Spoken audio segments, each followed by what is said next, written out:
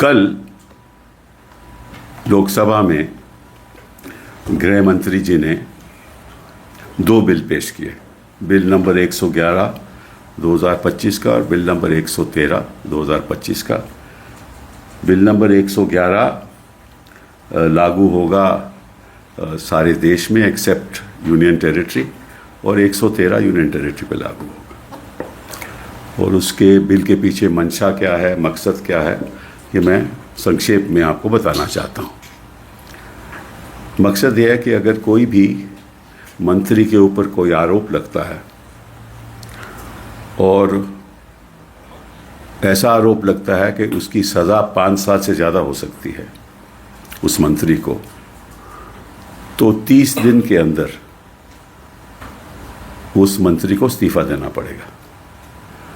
अगर 31वें दिन उसने इस्तीफा नहीं दिया, और ये फैसला अगर केंद्र का मंत्री हो तो राष्ट्रपति जी करेंगे, प्रधानमंत्री जी हो तो वो भी राष्ट्रपति जी करेंगे,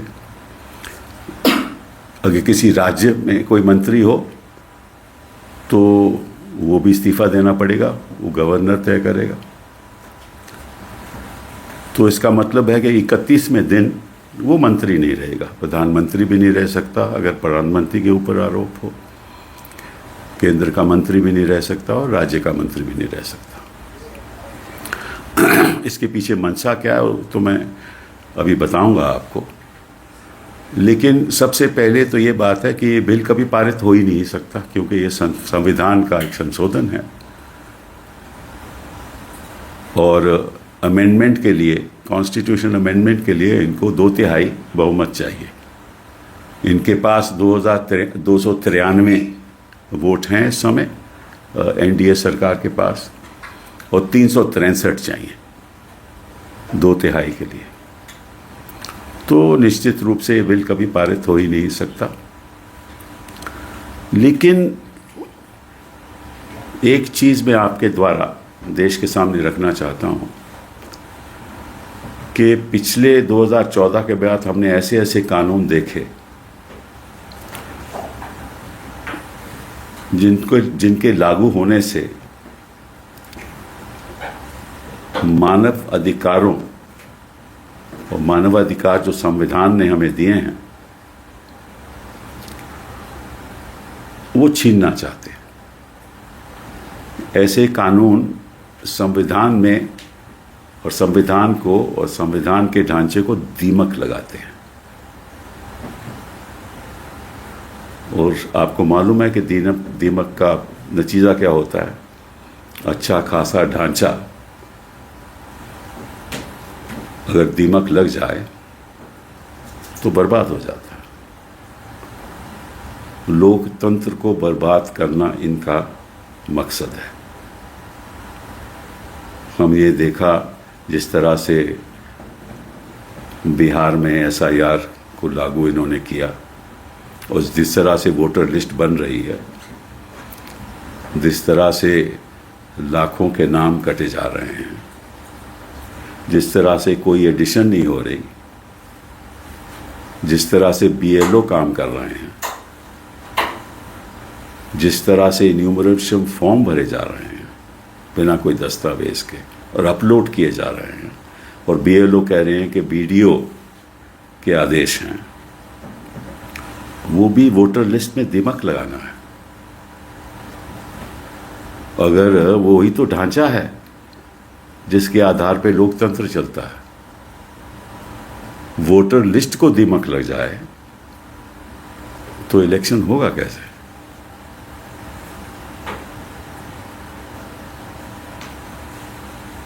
तो इनकी मंशा क्या है?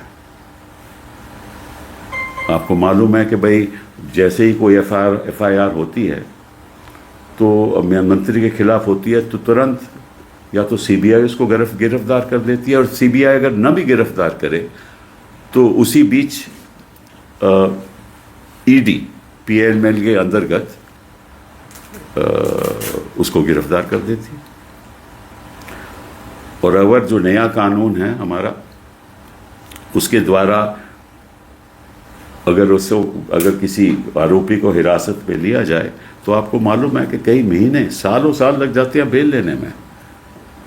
केजरीवाल जी उदाहरण हैं, जैन साहब उदाहरण हैं, मनीष सिसोदिया उदाहरण हैं, हेमंत सोरेन उदाहरण हैं, कई ऐसे उदाहरण मैं आपको दे सकता हूं। तो मैं आपसे और गृह मंत्री जी से पूछना चाहता हूं आपके द्वारा कि गृह मंत्री जी, कोई आपका केंद्र के मंत्री के खिलाफ कभी कोई एफआईआर हुई? और जिस प्रदेश में आप सरकारें चला रहे हो उनके किसी मंत्री के खिलाफ एफआईआर हुई? तो आपकी मन की सोच है वो तो जाहिर है। आप ये ना सोचना कि जनता समझती नहीं। कुछ लोगों को गलत फहमियां होती हैं कि वो सत्ता में रहेंगे और रहते और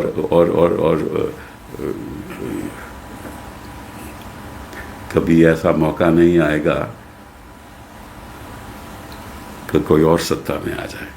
इसीलिए ये सब काम हो रहा है ना कि वोटर लिस्ट को ऐसे करो, बढ़ा दो, काट दो, ऐसे कानून लागू कर दो, विपक्ष के मंत्रियों को हिरासत में ले लो। और अब तो नए कानून के अंदर, पहले तो था क्रिमिनल प्रोसीजर कोड में कि 15 दिन के अंदर आपको जो भी करना है करिए, इन्वेस्टिगेशन कीजिए और उसके बाद उसको जुडिशियल कस्टडी में लिया जाता था आरोपी को। अब तो इस कानून के अंतर्गत जो 15 दिन है ना, वो किसी 90 दिन तक या 60 दिन तक आप उसको हिरासत में ले सकते हो। मतलब कि 2 दिन, अब 4 दिन बाद में 15 दिन ऐसे एक्सपैंड हो जाते हैं।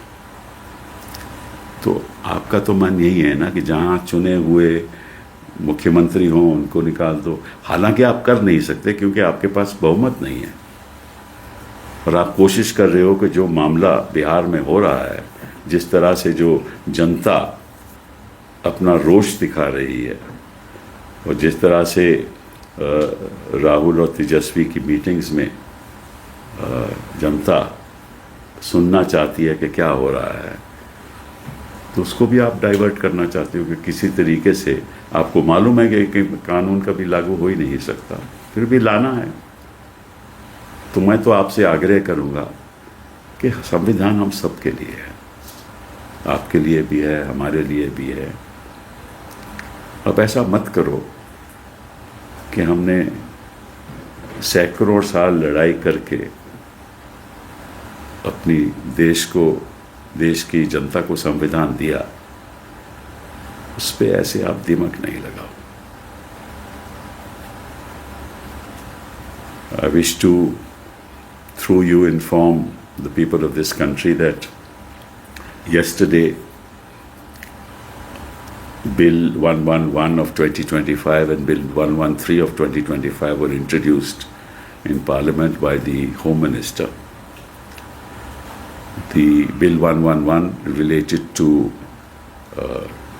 India except Union territories, the territory of India except Union territories, and 113 to Union territories. And what this bill said and stipulates, which has now been referred to the Joint Parliamentary Committee, that if there is a minister at the center or the Prime Minister or a Chief Minister of a state or a minister in a state, if there is an FIR against him in which for an offence for which the sentence is more than 5 years, then if he is in custody for 30 days, on the 31st day, he shall be removed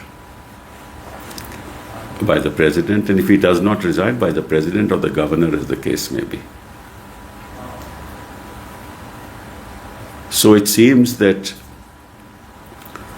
the intent of the bill is to target opposition chief ministers, opposition ministers, because the Home Minister himself knows that he has been very kind towards his own ministers, and he's been very kind towards the ministers in which the BJP is ruling in the various states that they are ruling, because he has a gentle eye towards them, a sense of generosity that they can do no wrong, while every chief minister of every opposition state can do wrong, and they will be languishing in jail for months, as Kejriwal did, as Manish Sisodia did, as Jain did, as Hemant Soren did, and many others did. So मतलब कि 30 दिन आप हिरासत में रहोगे कि 31 दिन में आपको इस्तीफा देना पड़ेगा. You will have to resign on the 31st day, and if you don't, you will be thrown out. And the Home Minister knows that this bill can never be passed because the NDA has a strength of 293 and they require 2/3 majority because this is a constitutional amendment bill. It requires 2/3 majority, which is 363. So they know that they can't pass this bill. But they are destroying the very fundamental premises of our constitution. Why do they want to do something like this? Because you know that a person is innocent till he is proved guilty. And this is not even when a charge is framed. This is at a stage when the investigation is on. And as you know that once a person is in custody, either by the CBI or the PMLA, it is rare that he is released on bail. It takes years. So if you through these processes, and otherwise you let them come to power through manipulation of the voters list. In a way, the very fundamentals of democracy are being attacked. So the termites that the Home Minister talked about, I want to tell him these are the kind of laws, right, which act like termites in the Constitution of India, the fundamentals of our democracy, right? While you may be afraid of others, we are afraid of what you are doing and your intent. You know very well how people are rallying around Rahul Gandhi and Tejasvi in Bihar. How crowds and millions, thousands and lakhs of people are coming to hear them. And you want to divert the attention of the people. You know very well what you are doing through your election commissioner. He knows very well what he is doing. And it was a pathetic state of affairs when I watched the press conference of the Chief Election Commissioner. He refuses to answer questions. And the level of arrogance have never been seen in the history of this country of any election commissioner. Why is that arrogance? Because it's the arrogance of power at the center that he exudes that arrogance. It percolates down, and these laws and the initiation of these laws is part of that arrogance. Don't destroy what hundreds of years of struggle of the people of India took to build, took to free us from the yoke of colonialism. Don't destroy that through these actions which no reasonable person in government will ever take unless his mind is focused on destroying democracy itself. Thank you very much.